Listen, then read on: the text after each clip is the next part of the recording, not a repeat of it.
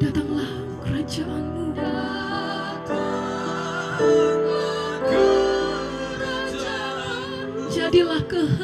Jadilah kehendakmu di bumi seperti di surga, seperti di sini. Maharaja segala raja,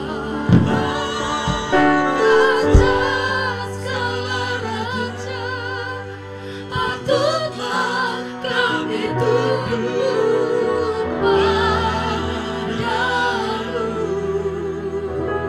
sebagai anak kerajaan, hidup dalam pemerintahan sebagai anak kerajaan,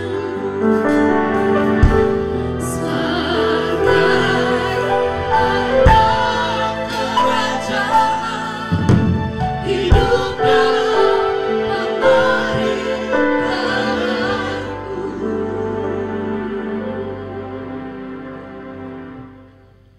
Terima kasih Bapa, di atas firman yang akan kami dengarkan pada pagi ini Tuhan. Ditinggikanlah namamu, dimuliakanlah Engkau Tuhan. Karena Engkau besar, Engkau layak dipuji dan disembah. Jamah hati kami Tuhan, jamah hati jemaat-Mu. Sementara firman disampaikan, berbicaralah lebih daripada apa yang kami dengarkan. Di dalam nama Yesus kami berdoa. Amin. Silakan duduk, saudaraku. Shalom. Selamat hari Minggu. Ini giliran saya untuk membekali jemaat Tuhan melalui firman Tuhan. Kita tetap bersyukur pastor dan ibu yang semakin hari semakin sehat. Saya minggu lalu tidak bisa hadir, tapi lihat melalui media ada pastor di situ. Saya senang. Saya termasuk pengagum khotbah-khotbah pastor soalnya. Amin. Di balik itu saya pun melihat bahwa Allah besar. Selama pastor sakit, saya melihat bahwa pastor ternyata manusia biasa. Ya, dia mobile kemana kemari, dia pun bisa sakit. Tapi perbedaannya di dalam dia sakit, saya lihat dia masih bisa berkomunikasi bagus dengan Tuhan. Itu yang saya masih lemah. Karena ketika saya lemah, kadang-kadang iman saya ikut lemah. Ketika saya flu, saya sakit, kadang-kadang itu membuat rohani saya pun masih lemah. Tapi ketika pastor sakit, saya lihat dia kuat di dalam Tuhan. Itu satu penguatan bagi saya. Dan saya mau berkhotbah di depan pembimbing saya ini. Ya. Karena di hati saya juga ada saya mengimpikan ada jemaat juga bisa bertumbuh minimal seperti saya. Ada Pak Tosa, ada Pak Yoelson, ya. Jadi saya ada seperti itu. Ada Pak Gunawan, ada Pak Agung Setiawan.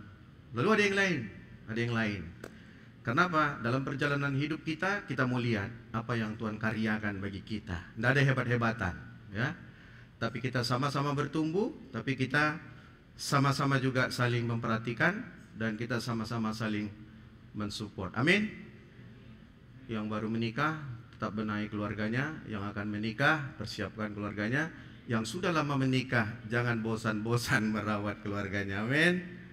Amin. Baik, sebenarnya pagi ini kita mau bicara sifat Allah yang sesungguhnya. Dalam beberapa bulan ini ada seri yang memang saya sedang pelajari.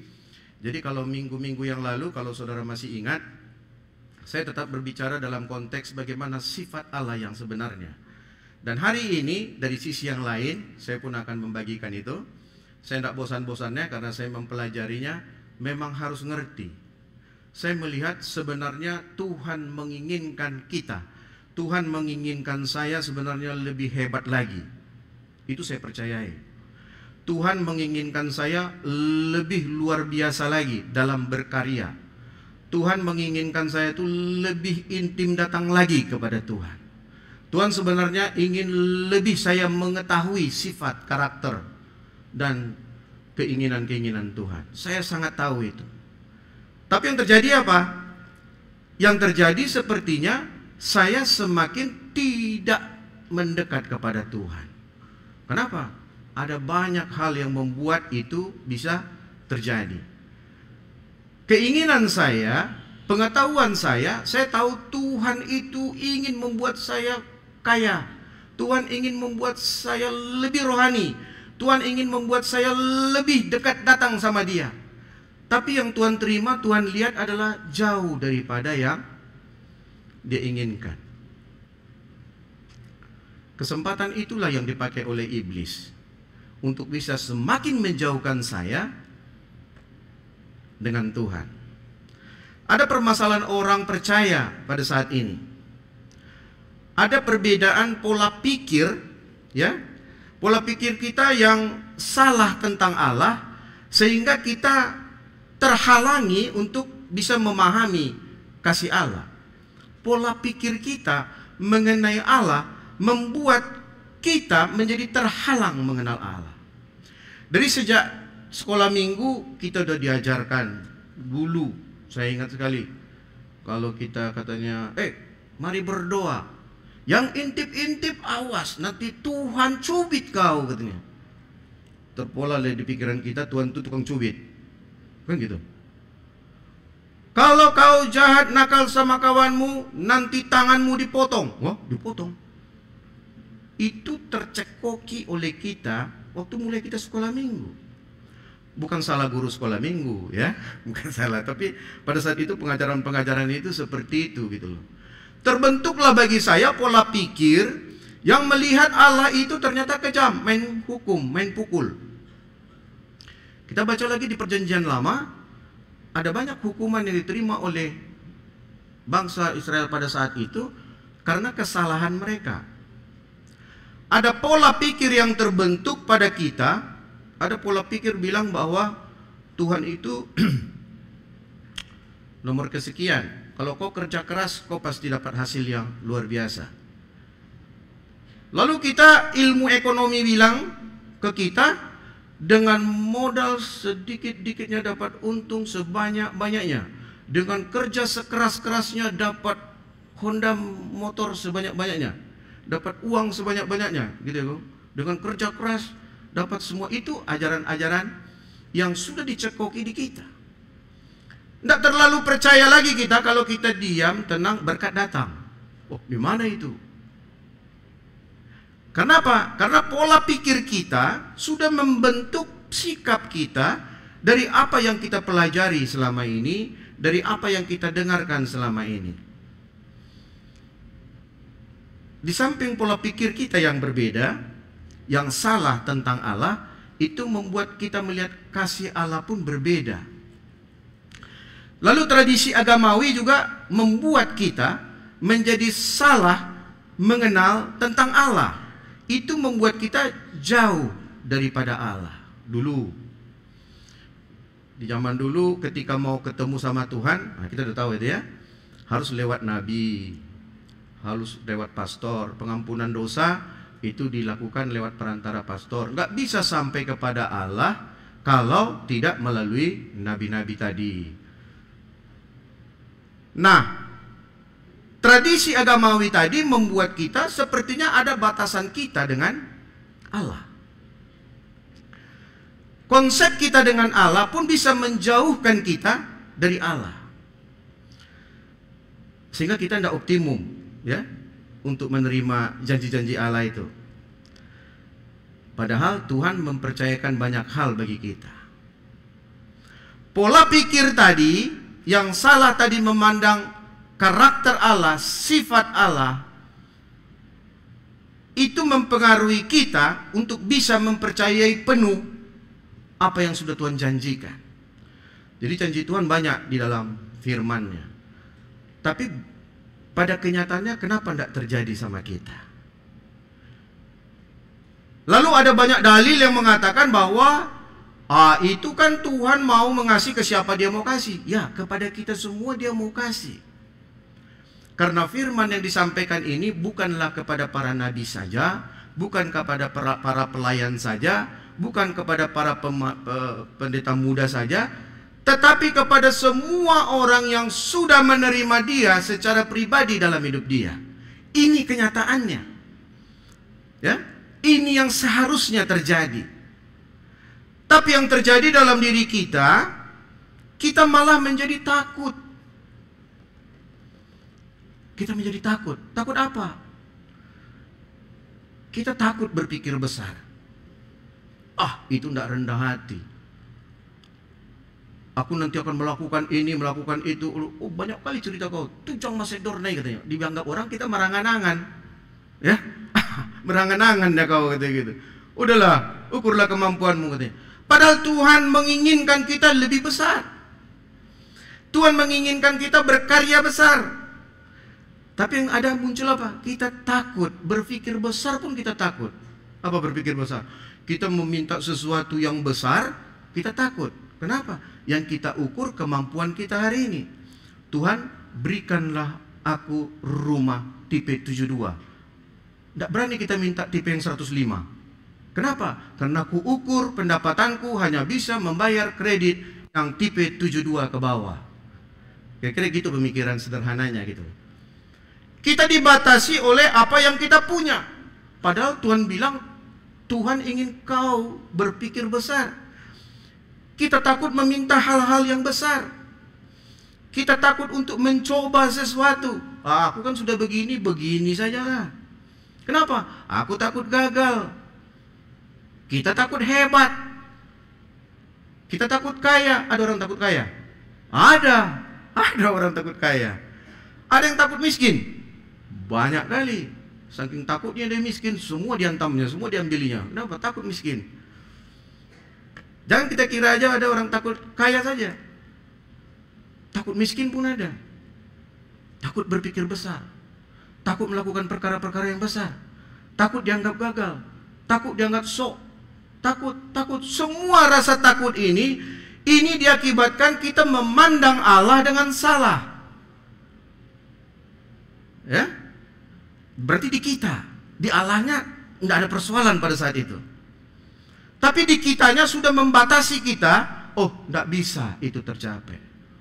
Kita bilang karena pemikiran kita, karena pengalaman kita, karena pelajaran-pelajaran kita yang lalu, karena kita lihat dunia nyata yang terjadi pada saat ini, kita mengklaim dalam diri kita bahwa kita tidak akan pernah seperti yang Tuhan inginkan. Itu yang tercekoki di kita. Pada siang ini Tuhan mau tanggalkan semua itu.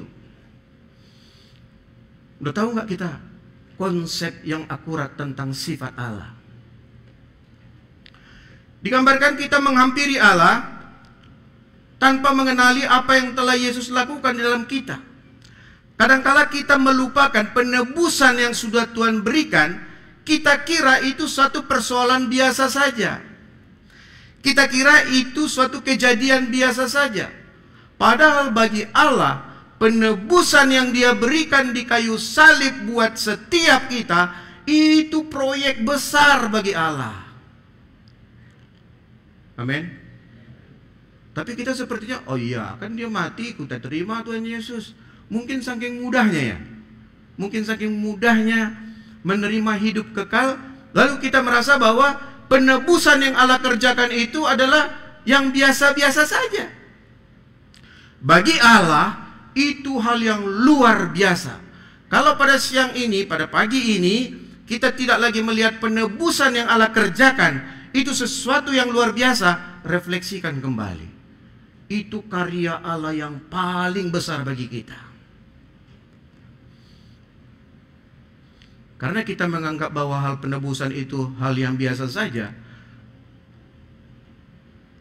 kita tidak melihat yang luar biasa dari situ. Akibatnya apa?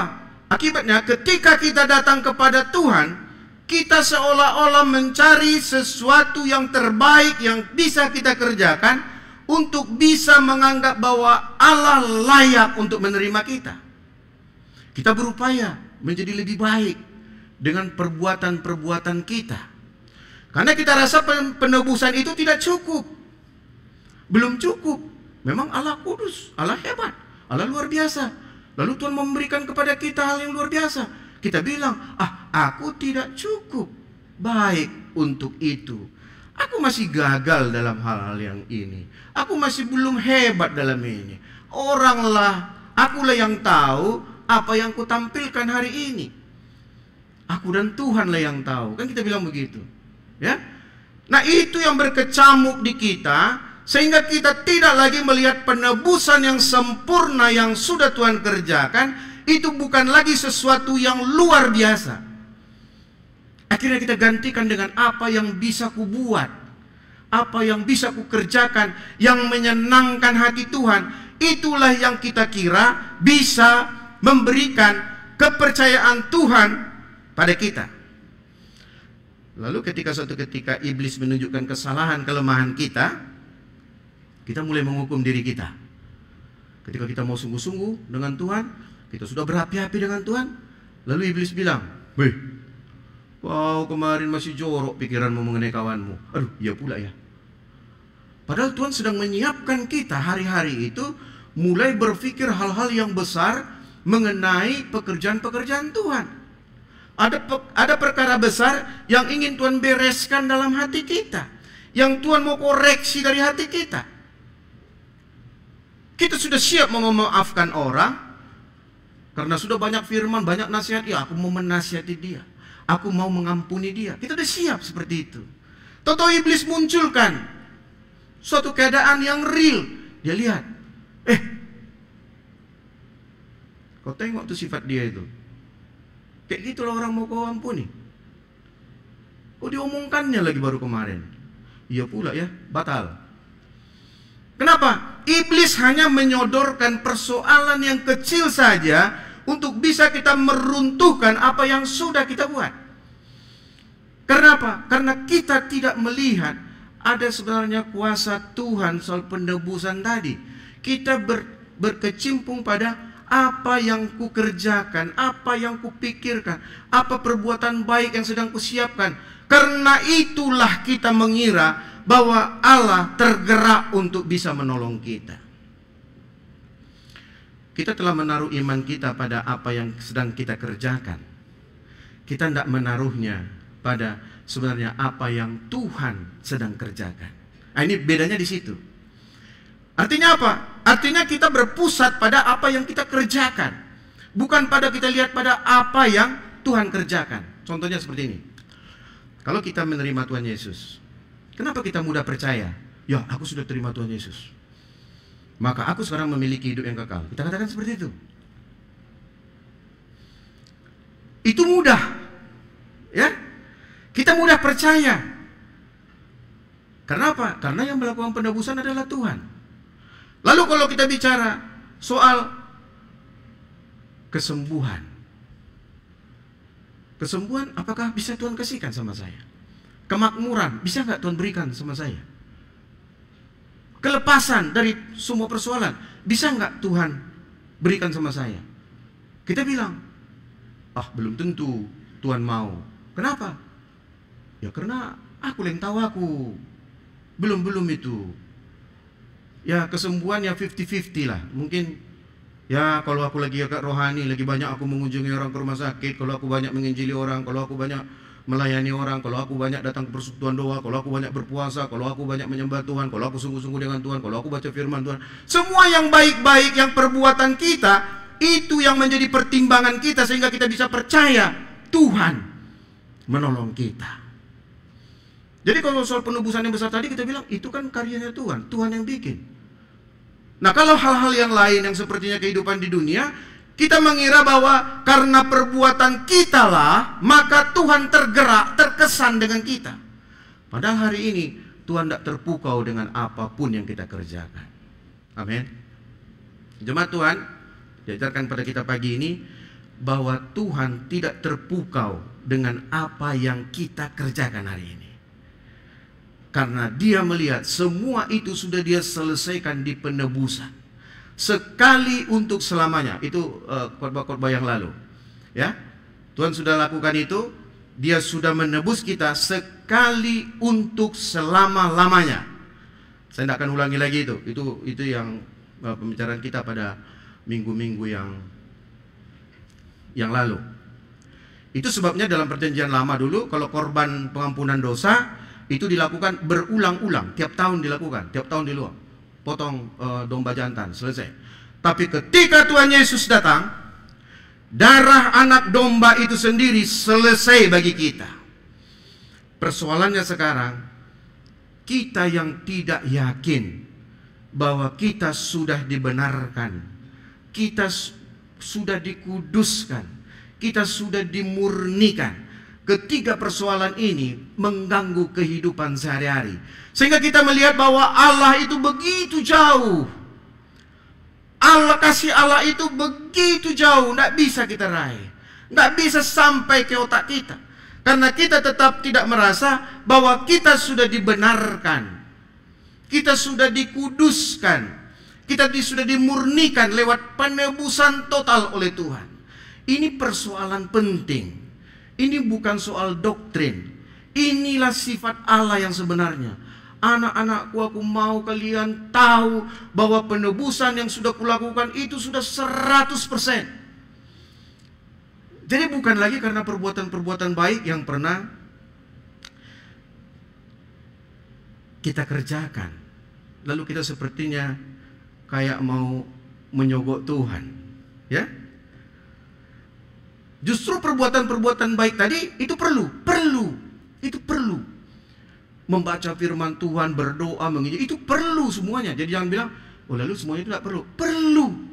Itu untuk apa? Untuk lebih menggairahkan kita, untuk bisa mengenal Dia lagi. Itulah yang kita lakukan sehingga kita berkobar-kobar terus di dalam Tuhan. Tapi bukan karena itu Tuhan bisa memberkati kita. Itu berbeda, ya. Jadi jangan bilang lagi, kalau gitu kita bubarkanlah perkumpulan doa karena Pak Peter bilang nggak terlalu perlu berdoa. Salah, ya, salah. Jangan tangkapnya jangan seperti itu. Bahwa Allah sudah menguduskan kita, sudah membenarkan kita, memurnikan kita. Ya, urusan berkat itu dari Tuhan, bukan kita berharap bahwa Tuhan akan memberkati aku kalau aku berbuat baik. Perbuatan baik yang kita kerjakan itu menggairahkan kita kembali, ya, untuk bisa membuat kita semangat kembali, untuk bisa melakukan apa yang Tuhan inginkan. Jemaat Tuhan, saya sangat diberkati dengan perenungan saya ini, ya, itu betul. Kadang-kala kalau kita sudah mulai sakit, agak demam, udah mulai panjanglah doa kita, ya, kunjungilah sana, kunjungilah di sini. Kita pikir seperti itu. Bukan itu. Ada yang lebih lagi. Itu sebabnya kita mau melihat sekarang kenapa orang malas berdoa. Kenapa orang malas datang ke persekutuan doa. Kenapa orang malas membaca firman Tuhan. Kenapa orang lebih suka mendengarkan radio. Kenapa orang lebih suka nonton televisi, nonton pertandingan. Kenapa hal-hal yang seperti tadi yang datang sama Tuhan untuk bisa merenung dengan Tuhan itu menjadi sesuatu perbuatan yang sepertinya tidak prinsipil bagi kita. Padahal itu yang Tuhan tunggu-tunggu. Tapi jemaat tidak pernah datang untuk itu. Allah sudah baik dan sangat baik sama kita tanpa perbuatan baik kita, ya. Allah itu sudah baik, Dia sudah baik tanpa kita bikin pun perbuatan baik kita, Dia sudah baik. Ada satu cerita kesaksian dari seorang namanya Jill, tidak tahu seorang Batak atau orang apa ini, pokoknya namanya Jill lah, ya. Si Jill ini ditinggal mati oleh ibunya. Lalu dia dititip oleh bapaknya ke panti asuhan. Di panti asuhan bapaknya bilang, setiap hari Sabtu aku akan melihat kau nak, katanya gitu. Iya Pak, katanya. Karena anak ini tidak ada lagi yang merawat, ibunya sudah meninggal, bapaknya pun mengurus diri sendiri tidak bisa, ya, pendapatan rutin tidak ada. Dititipkanlah anak ini ke panti asuhan. Lalu di panti asuhan anak ini tumbuh. Tiap hari Sabtu dia tunggu bapaknya, dia berdandan, dia rapikan, dia bersih, tidak datang-datang. Sebulan, 2 bulan, 8 bulan, 9 bulan, tidak datang-datang bapaknya. Temannya bilang, udahlah, tidak datang lagi bapakmu itu, katanya. Iya ya, katanya gitu. Tambah sedih lah dia. Ya, tidak punya bapak, tidak punya mama. Ya. Lalu yang datang setiap minggu ke panti asuhan itu orang mau mengadopsi. Timbullah niat dia mau diadopsi. Lalu tidak kesampaian. Setiap datang minggu ini tidak ada yang melirik dia, padahal dia sudah berpenampilan menarik. Karena konsep di pikiran dia, kalau aku berpikir buat baik, aku berdandan bagus, aku bikin aku harum lux karena sabun, parfum tidak ada waktu itu. Dia pikir orang tertarik dengan dia. Bulan demi bulan tidak ada yang mengadopsi dia. Tapi dia terus berbuat begitu itu, karena di dalam pikiran dia, yang kutampilkan yang terbaik membuat orang tertarik sama aku. Sekali waktu datang seorang laki-laki, pria tampan. Wah, tampan ini kalau dibilang tampan bukan tampan air hitam. Tampan itu tampan ganteng gitu lah. Namanya Ray melihat dia tertarik. Akhirnya pendek cerita mereka menikah. Hah? Kenapa langsung menikah? Coba biar cepat aja cerita di Ratna, ya. Jangan cepat kali Pak, katanya. Mau kapan? Apa menikah lah pokoknya. Adalah konseling, ada apa, enggak tahu lah itu ya. Pokoknya udah menikah gitu loh. Mempersingkat cerita aja, nanti datang 5 menit di sana nanti. Lalu di dalam pernikahan mereka, si Jill ini tetap menampilkan yang terbaik, berdandan. Tiap pagi sebelum suaminya bangun, dia sudah berdandan bagus, lalu dia masakkan telur setengah matang, dia bikin nasi goreng karena itu kesukaan si Ray. Ya, sekali waktu mereka terlibat clash, ada masalah. Lalu mereka bahasnya. Si Jill sama si Ray, kenapa bisa begini? Gini. Si Jillnya merasa, waduh, aku kok jadi begitu ya, bisa salah katanya. Nangis dia, begitu dia nangis lunturlah semua. Blush on-nya turun, apanya semuanya turun. Bedak-bedaknya luntur gitu. Merasa dia lebih jelek gitu loh. Tambah susah dia. Sudah diceraikan lah aku nanti ini. Udah diceraikan lagi. Karena dia merasa dia sudah tidak lagi berpenampilan baik, dia sudah apa yang diharapkan suaminya sudah ada yang terlewatkan oleh dia sehingga terjadi masalah. Dia kira hancur aku, dia bilang. Baru mereka bahas, kenapa bisa terjadi gini? Apa dia bilang sama si Ray? Ray, aku udah tahu, udah ceraikan sajalah aku, karena aku sudah mengecewakan kau. Kagetlah si Ray, kan?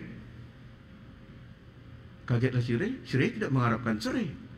Lalu dia bilang, aku mencintai kau bukan karena yang kau buat selama ini, bukan karena penampilanmu, bukan karena karaktermu, bukan apa-apa.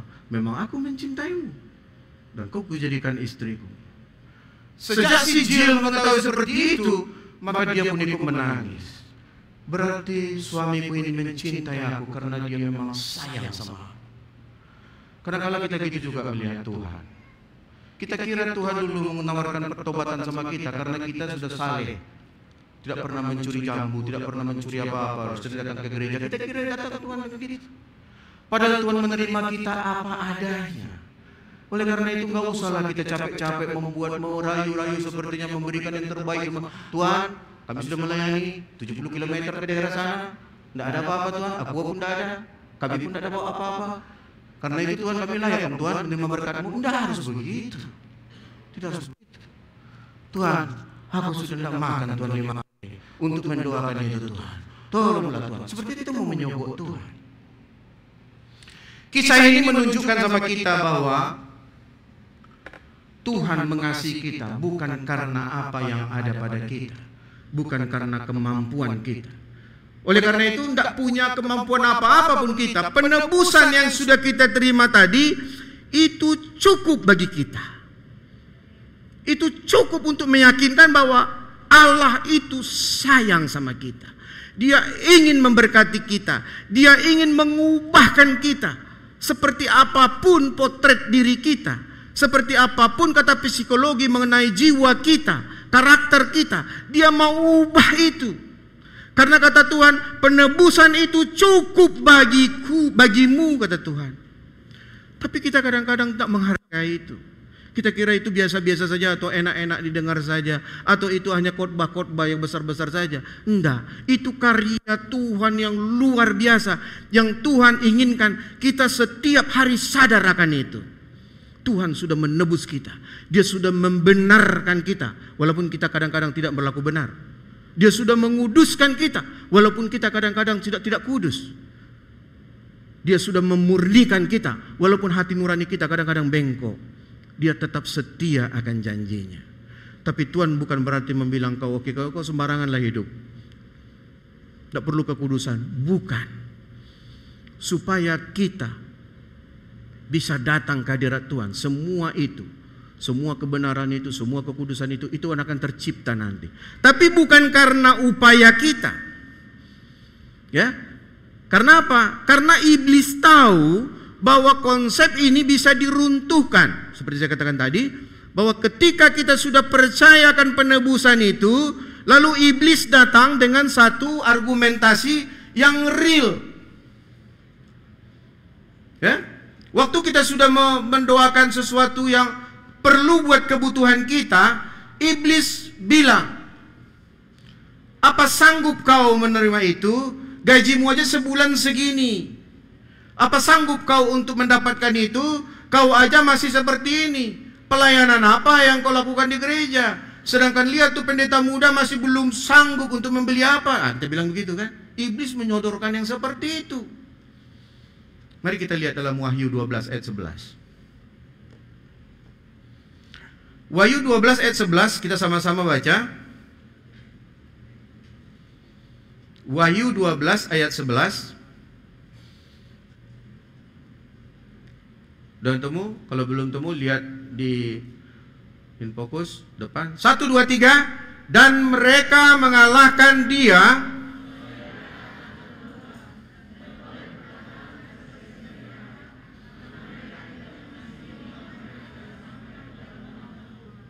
Firman Tuhan mengajarkan kita, ketika datang tawaran iblis tadi, ketika datang pertimbangan dari iblis tadi, ketika datang hal-hal yang berasal dari otaknya si iblis tadi, kita hanya dapat mengalahkan iblis dengan menggunakan darah anak domba.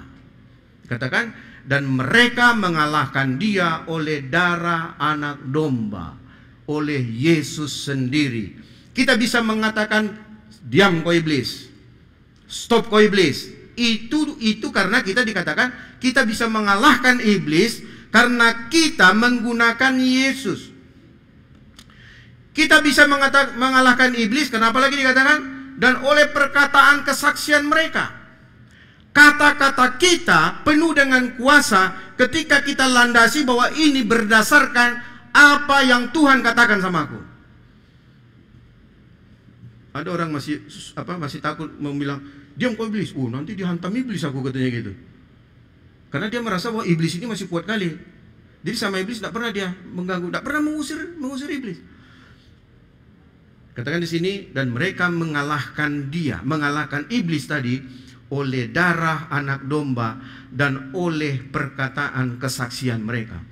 Kesaksian kita, perkataan kita, kata-kata kita, itu yang penuh kuasa, itu yang membangkitkan iman kita, sehingga iblis dikalahkan dengan segala doktrin, teori, dan apapun yang dia pertimbangkan pada kita. Jadi ada peran kita. Allah ingin kita ini yang mengalahkan iblis dengan perkataan kita. Amin. Jadi jangan bilang, Tuhan kalahkanlah iblis itu Tuhan, kita diam aja. Enggak, kata Tuhan, kau kupakai mengalahkan itu. Perkatakan dengan perkataanmu. Amin. Makanya kita dibacakan gitulah, kita di cermin kita. Kau Peter, kau sudah dikuduskan Tuhan. Kau benar di hadapan Tuhan. Kau murni di hadapan Tuhan. Itu kita perkatakan terus. Perkatakan terus, ya. Lalu kita buat salah kemarin. Lalu iblis mau bilang, kau munafik kau. Munafik kali kau, pendeta muda kau, katanya. Ya pula ya, kita bilang, perkatakan lagi itu gitu. Diam kau iblis. Aku sudah dimurnikan, aku sudah dibenarkan, aku sudah dikuduskan dalam nama Yesus. Diam kau. Enggak ada baik-baik kok, bilang orang-orang. Enggak, itu secara roh bilangnya. Jangan bilang pula gitu nanti kan. Ke supir oplet kita bilang pula begitu, enggak. Kita mau belajar bahwa mengalahkan iblis itu kata Tuhan kau. Tapi pakai siapa? Pakai Yesus. Pakai Yesus. Pakai apa? Pakai perkataan yang penuh dengan kuasa Tuhan. Ini yang Tuhan inginkan, sehingga kita setiap hari kita bisa menang. Setiap hari kita bisa melihat bahwa Allah semakin benarlah kita lihat. Baru kita bisa melihat, oh kasih Allah. Sedikit demi sedikit. Gagal lagi, sampaikan lagi. Sampaikan lagi. Sampaikan lagi. Yakinkan di diri kita bahwa penebusan yang Allah lakukan itu cukup bagi kita.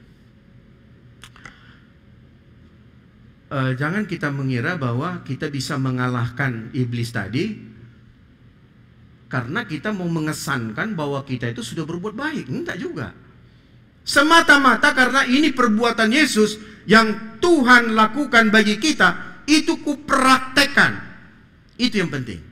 Ya. Jadi bukan perbuatan-perbuatan baik tadi, karena kita tahu bahwa Allah tidak terkesan dengan hal-hal besar yang kita kerjakan. Tidak terkesan dia dengan itu. Tapi ketika kita mempercayai bahwa kita ini adalah umat pilihan dia, kita ini adalah orang kesayangan dia, dan itu yang kita klaim. Terima kasih Tuhan. Aku sudah ditebus, aku sudah dibenarkan, aku sudah dimurnikan. Tiap hari.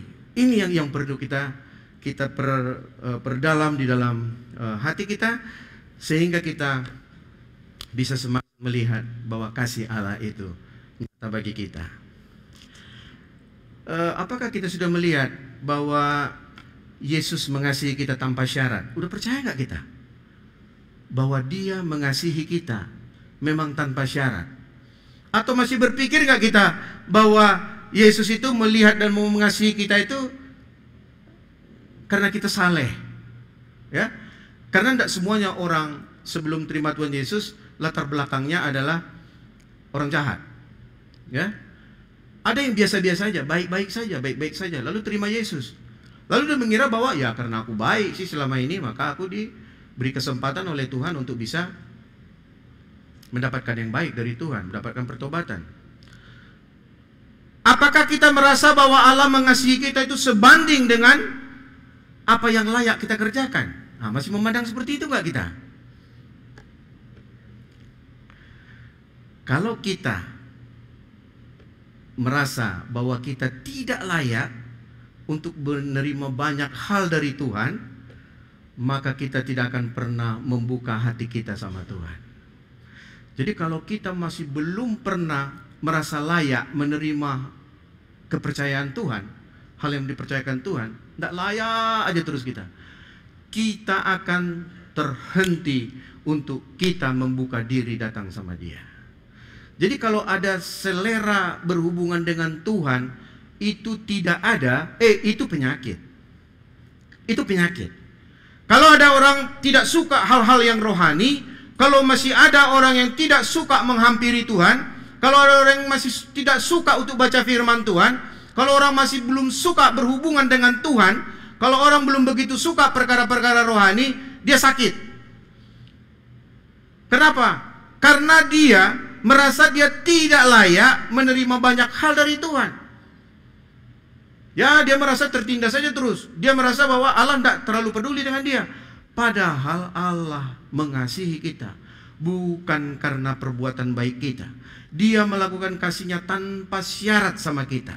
Dia mau mengasihi kita tidak sebanding dengan apa yang layak kita terima. Ini kebenarannya, ya. Oleh karena itu gak usah takut kita untuk bicara besar mengenai apa yang mau Tuhan kerjakan. Allah ingin di depan ini memakai kita luar biasa. Dia ingin mempercayakan hal-hal yang besar kepada kita. Dia ingin membuat kita lebih hebat lagi. Dan Allah ingin agar kita lebih intim lagi dengan Tuhan. Itu keinginan-keinginan Dia, ya. Allah ingin memberitahukan rahasia-rahasia besar sama kita. Itu bukan hanya di cerita zaman dulu. Memang Dia mau menyampaikan isi hatinya kepada kita, ya, yang besar dalam zaman kita sekarang, ya, bukan untuk yang akan datang. Dalam tahun-tahun kita yang sekarang, Allah ingin melakukan banyak mujizat. Kalau hari-hari ini kita lihat mujizat sepertinya langka, bukan karena tidak musim mujizat, Ya, Allah menginginkan semua itu terjadi. Dan Dia mau pakai kita, jemaat Tuhan di tempat ini. Dia mau pakai saya. Oleh karena itu saya pun mempersiapkan diri. Aku tidak mau lagi melihat bahwa aku dipandang Tuhan karena kelayakan aku. Enggak.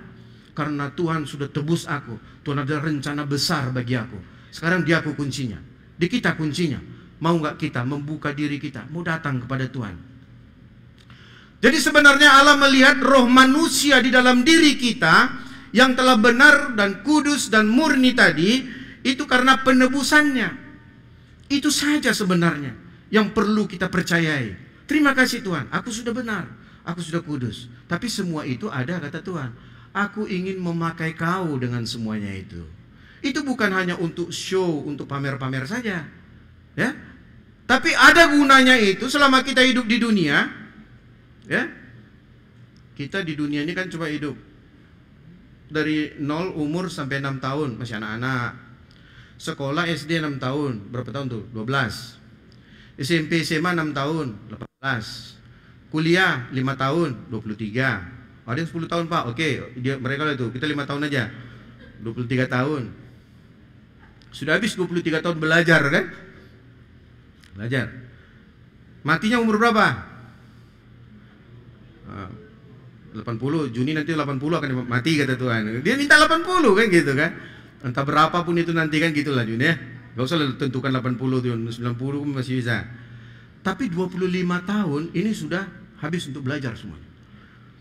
Lalu ada 50 tahun lagi atau 55 tahun lagi. Di sini kan mau berkarya besar. Tuhan mau pakai kita luar biasa. Malah anak-anak kita sekarang lebih enak.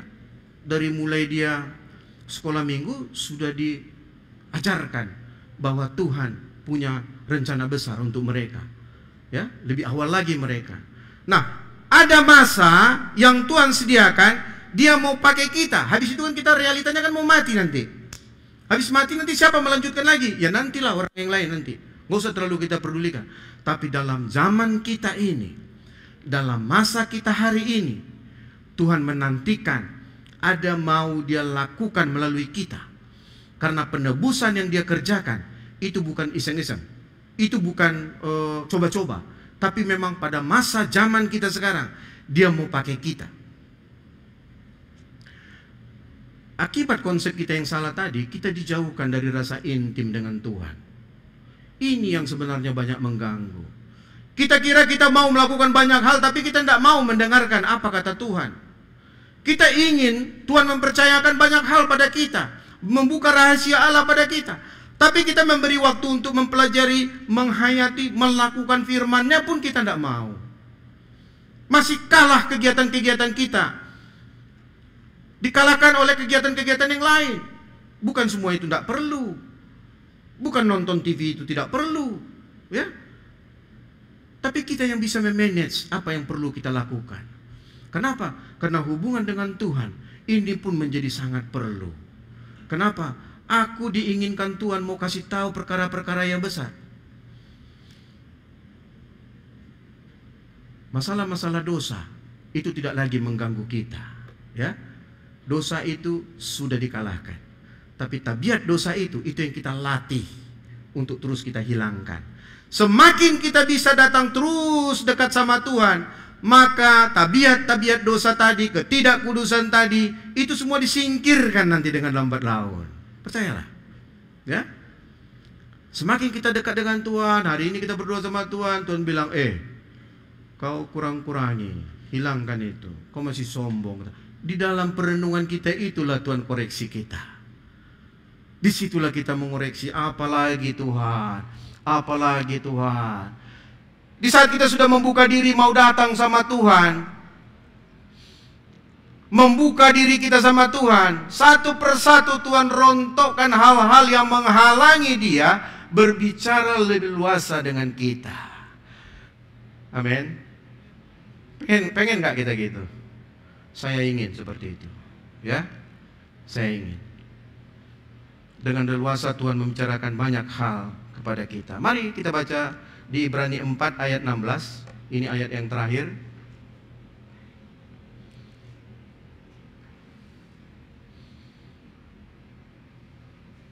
Ibrani 4 ayat 16, baca sama-sama. 1, 2, 3.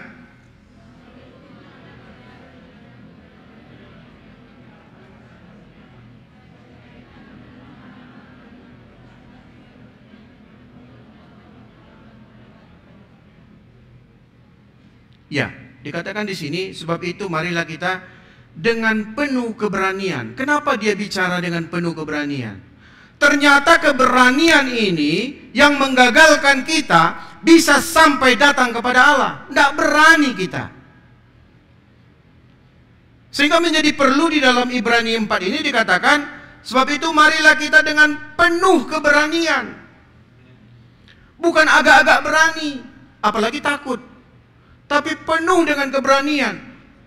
Kalau kita masih takut datang sama Tuhan, takut minta sesuatu yang besar dari Tuhan, takut untuk berpikir besar tentang Tuhan, takut mengenai apa segala pun karena dengan Tuhan, ini sebenarnya yang mau disuruh kita. Mari datang dengan penuh keberanian. Ngapain?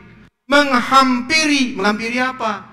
Tahta kasih karunia. Ada tahta kasih karunia. Apa ini lagi?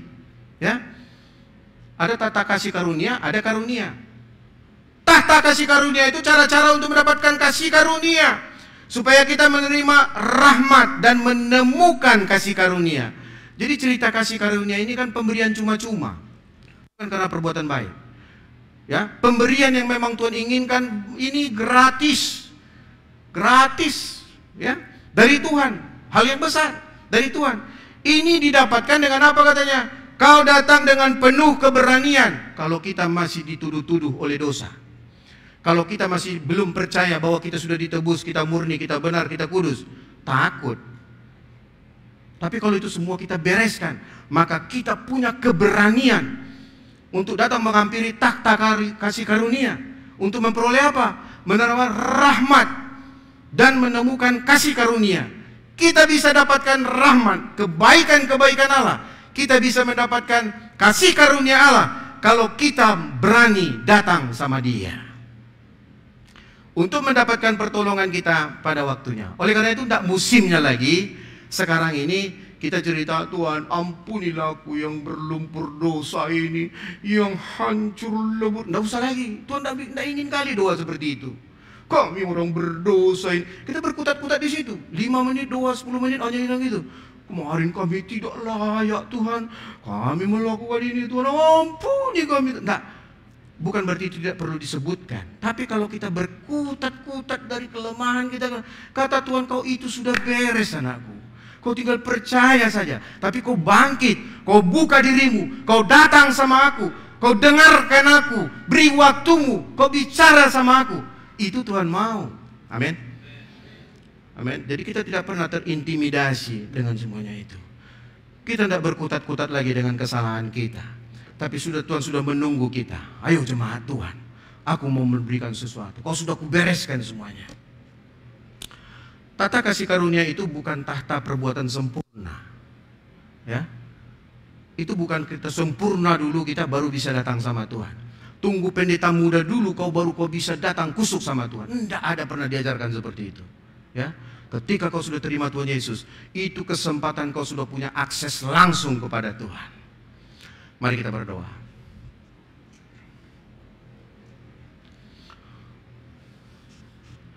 Ketika dalam hidup kita sudah penuh mempercayai bahwa kita sudah dibenarkan, sudah dikuduskan dan kita murni, itu selesai bagi Tuhan.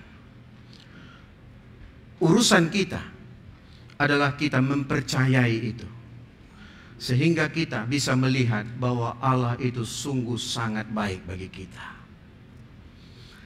Tundukkan kepalamu ketika kau ingin memperbaharui apa yang ingin kau perbaharui di dalam hidupmu, di dalam pengenalanmu, di dalam kasihmu kepada Tuhan.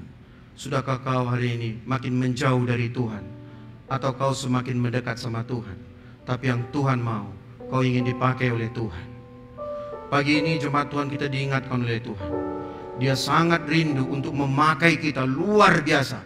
Lebih daripada yang pernah kita dengar, lebih daripada yang pernah kita lihat, lebih daripada yang pernah kita pikirkan. Itu Tuhan sedang sediakan bagi kita. Tuhan menunggu kita. Adakah respon dari kita? Tuhan menantikan itu. Yakin kau, aku menerima engkau dalam ketidaklayakanmu apapun. Bukan karena kau sempurna, tapi memang aku mau membawa engkau. Tuhan membuka hatinya, membuka hati kita, datang kepada Dia. Sampaikan dalam doamu pribadimu, di tempat dudukmu, perbaharui Bagaimana pengenalanmu dengan Tuhan pada pagi ini?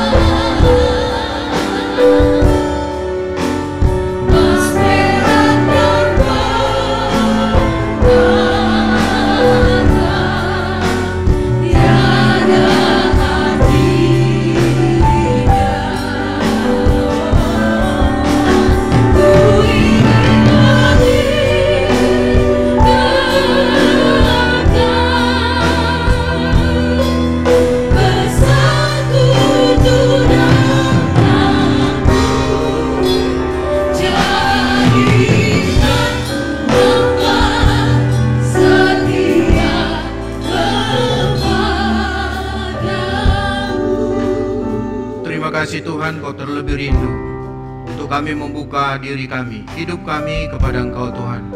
Kau menginginkan kami untuk datang ke dalam hadirat-Mu Tuhan, masuk dalam tahta kasih karunia-Mu Tuhan. Dengan penuh keberanian kami boleh datang kepada Engkau, karena kami sudah dibenarkan oleh Engkau, kami sudah ditebus oleh Engkau.